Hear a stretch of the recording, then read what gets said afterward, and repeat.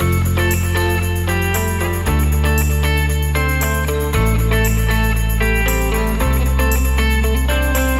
दोस्तों, स्वागत है आपका नया वीडियो में। आज मैं जा रहा हूँ बालासिनोर के पास में आया एक फॉसिल पार्क और डायनासोर म्यूजियम को एक्सप्लोर करने के लिए। ये वही फॉसिल पार्क है जहाँ पे गुजरात में सबसे पहले डायनासोर के एग और हड्डियाँ मिली थी। तो चलो एक्सप्लोर करते हैं डायनासोर म्यूजियम और फॉसिल पार्क को।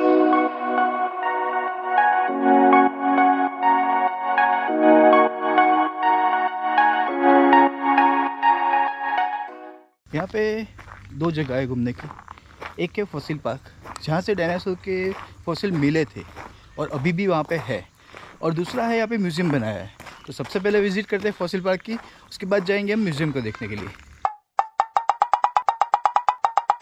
यहाँ पे बहुत सारे फॉसिल ऐसे हैं कि जो अभी आइडेंटिफाई नहीं हो पाए। जैसे ये मेरे पीछे देख रहे हो, ये एक्चुअली कौन सा फॉसिल है वो अभी तक आइडेंटिफाई नहीं हो पाया है। तो जितने भी साइंटिस्ट आते हैं उसका अलग अलग मत होता है। तो अभी भी ये अनआइडेंटिफाइड फॉसिल है। और ये पूरा फॉसिल पार्क में जब घूम रहा था तो यहाँ के एक अंकल है, इसका नाम है डाया भाई, वो मुझे मिले और उन्होंने ना कुछ बात की, कुछ नहीं, सीधे मुझे समझाना स्टार्ट किया। मुझे लगा यहाँ के गाइड होंगे या फिर यहाँ का जो देख रेख कर रहे होंगे। फिर उन्होंने बताया कि वो 1907 में जब यहाँ पे पूरा साइंटिस्टों ने सर्च किया था, रिसर्च जब हुआ यहाँ पे, तो वो साइंटिस्ट के साथ थे। और ये पूरी जो फॉसिल मिले हैं उसकी पूरी हिस्ट्री उनके पास है, और वो अपनी खुद की बुक भी लिख रहे हैं इस जगह के ऊपर। तो उनसे मुझे बहुत सारा नॉलेज मिला।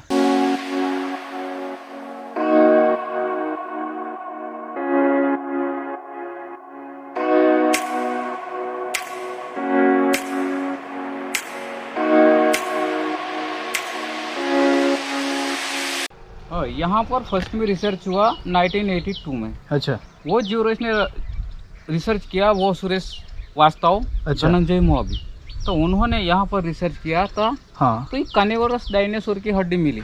अच्छा। तो वो डायनासोर जो उनका नाम है राजासोरस नर्मदाensis। अच्छा, ये खड्डे से पूरा उनके फॉसिल मिले। हाँ, पूरा फॉसिल मिले। वो हड्डी आज जयपुर म्यूजियम में है। अच्छा। इसमें से थोड़ा सा जो फॉसिल यहाँ म्यूजियम में रखा है, 16 नंग वापस लाके। हाँ।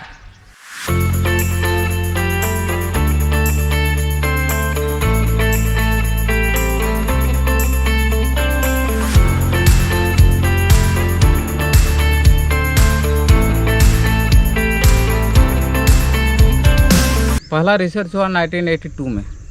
वो रिसर्च करने वाले जियोलॉजिस्ट थे सुरेश श्रीवास्तव, धनंजय मोहाबी। उन्होंने जो रिसर्च किया तो एक कार्निवोरस डायनासोर का फॉसिल उन्होंने रिसर्च किया। उनका नाम रखा है राजासोरस नर्मदाensis। और बाद में रिसर्च हुआ 1997 में। और उनका रिसर्च जो किया है तो वो उनका नाम है शंकर चटर्जी। उन्होंने जो रिसर्च किया तो रिसर्च के बारे में हर्बीवोरस और कार्निवोरस दोनों की हड्डी मिली। तो वो हड्डी हर्बीवोरस की मिली, उनका नाम रखा है टाइटानासोर। और उनके साथ जो दूसरी डायनासोर कार्निवोरस की हड्डी मिली उनका नाम रखा है रायोलिसोरस गुजरात नर्मदाensis। तो दो डायनासोर की हड्डी सिर्फ इंडिया में से मिली है, वर्ल्ड में किसी भी जगह पे नहीं मिली, इसीलिए दोनों का नाम इंडियन नाम रखा है। और ये राजासोरस नर्मदाensis जो नाम रखा है, उनका जो हेड है तो क्रिंग क्राउन जैसा लगता है, और उन पर जो हॉर्न होता है तो कलगी जैसा लगता है।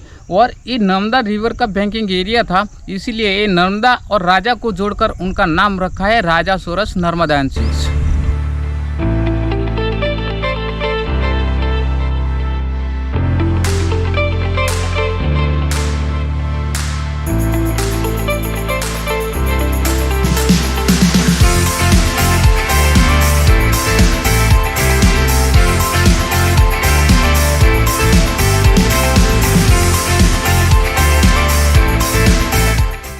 अंकल से बात करी, उन्होंने जो समझाया, मज़ा आया।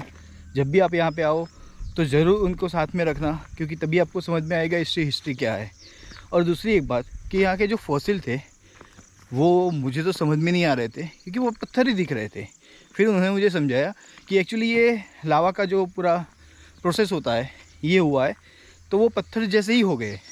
ये एक्चुअली फॉसिल है, मगर उसको इतने सालों, इतने करोड़ों सालों के बाद जो प्रोसेस होता है लावा के साथ, तो वो पत्थर जैसे ही बन जाते हैं। मज़ा आया फॉसिल पार्क देख के।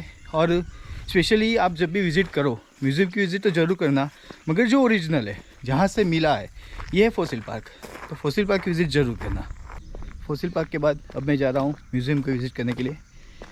म्यूज़ियम की विज़िट करते हैं, वहाँ पे बहुत सारा डायनासोर के रिलेटेड उन्होंने बनाया है, रखा है वहाँ पे। तो चलो देखते हैं म्यूज़ियम को।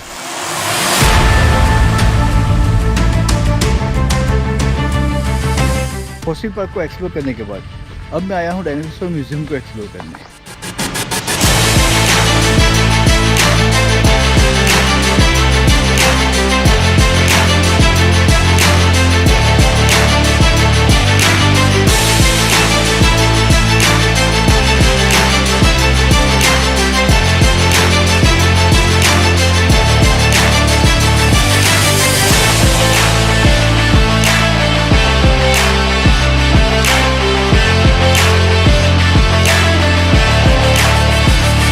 यहाँ पे टिकट के जो रेट है वो भी बहुत नॉर्मल है, 50 रुपीज़ है बड़ों के लिए, बच्चों के लिए 20 रुपया है। हाँ, अगर कैमरा आप ले जाना चाहते हो वीडियो रिकॉर्डिंग के लिए तो उसके 500 अलग से है। और फॉसिल पार्क की कोई फ़ीस नहीं है, फॉसिल पार्क आप फ्री में देख सकते हो। अगर आप गाइड करोगे तो गाइड के 200 रुपीज़ आपको देने पड़ेंगे।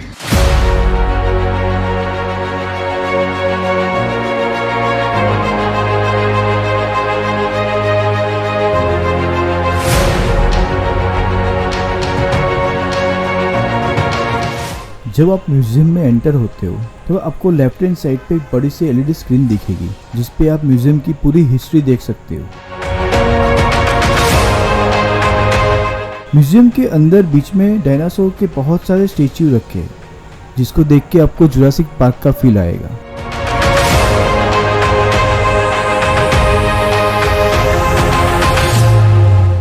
ये पूरे म्यूजियम में टोटल 9 हॉल है और अभी और एक्स्ट्रा बना रहे हैं, ये म्यूजियम को बड़ा कर रहे हैं।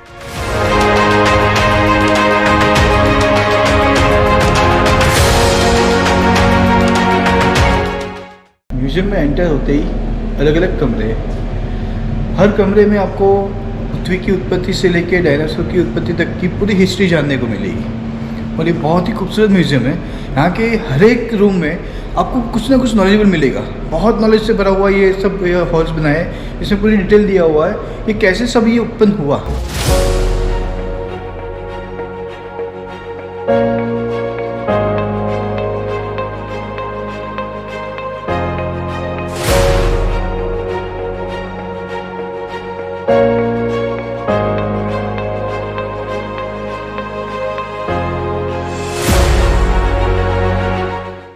ये जो हॉल है इसके अंदर डायनासोर के बहुत सारे फॉसिल जो यहीं से मिले थे वो रखे हुए हैं। जब मेरे पीछे देख रहे हो ये सब यहाँ के से मिले हुए डायनासोर के फॉसिल है और सबसे ज़्यादा फॉसिल इंडिया में गुजरात में मिले, तो ये डायनासोर का हब था।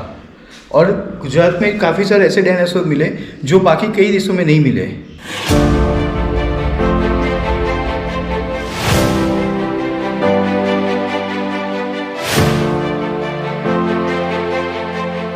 ये जो है वो डायनासोर के नेस्ट है। ये 67 मिलियन साल पहले ऐसे थे जो यहीं से मिले। ये एग और पूरा उसका नेस्टिंग है जो 67 मिलियन ईयर पहले ऐसे हुआ करते थे।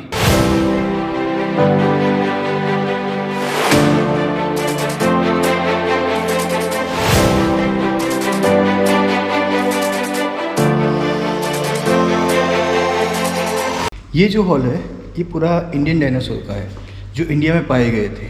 और काफ़ी सारे ऐसे डायनासोर जैसे हमने फॉसिल पार्क में देखा कि सिर्फ इंडिया में देखने को मिलते हैं और कहीं पे नहीं मिले थे।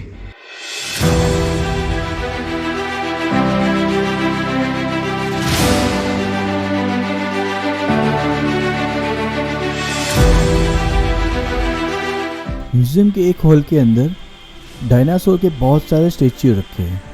हर एक डायनासोर का स्टेच्यू है वहाँ पे और हर डायनासोर के स्टेच्यू के साथ पूरी डिटेल लिखी हुई है और डिटेल गुजराती और इंग्लिश दोनों लैंग्वेज में लिखी है ताकि आपको समझने के लिए अच्छा हो। और दूसरा कि जो स्टेच्यू बनाए वो भी इतने डिटेलिंग के साथ बनाए हैं कि आपको रियल लगेंगे।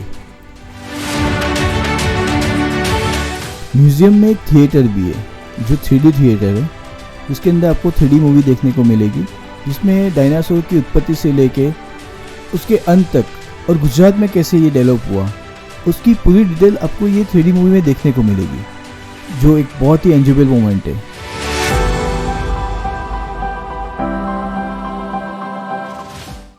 म्यूज़ियम की विज़िट करके बहुत मज़ा आया, बहुत कुछ नया जानने को मिला, बहुत कुछ देखने को मिला। मैं आपको ज़रूर रिकमेंड करूँगा कि म्यूज़ियम की विज़िट और ये फॉसल पार्क की विज़िट ज़रूर लेना चाहिए विथ गाइड, कि तभी आपको समझ में आएगा ये क्या चीज़ है।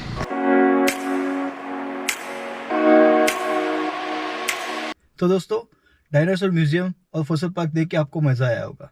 ऐसी नई नई प्लेस को एक्सप्लोर करने के लिए जुड़े रहिए मेरे साथ मुसाफिर द ट्रैवलर सागर ठाकर के साथ। और हाँ, मिलते हैं एक नए ब्लॉग में एक नई प्लेस के साथ। तब तक के लिए गुड बाय। और हाँ, सब्सक्राइब करना मत भूलना।